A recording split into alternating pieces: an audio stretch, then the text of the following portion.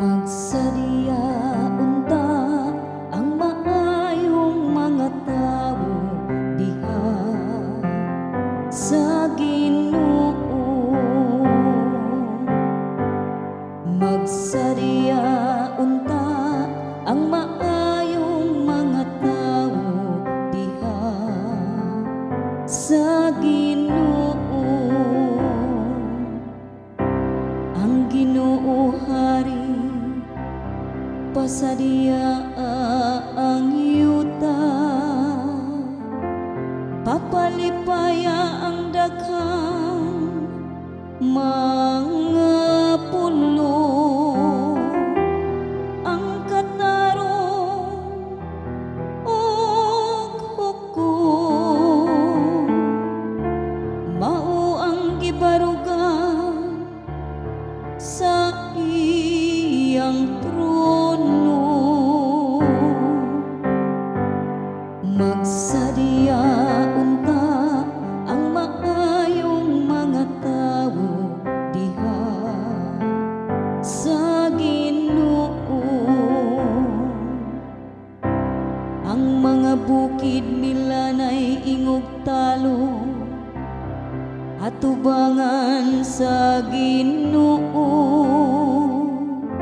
Atubangan sa Ginoo sa tibuok kalibutan. Ang kalangitan nagasangyaw sa iyang katarong,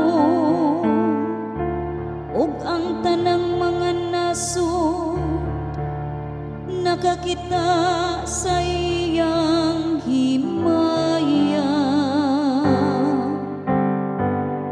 Magsadya unta ang maayong mga tawo diha sa Ginoo.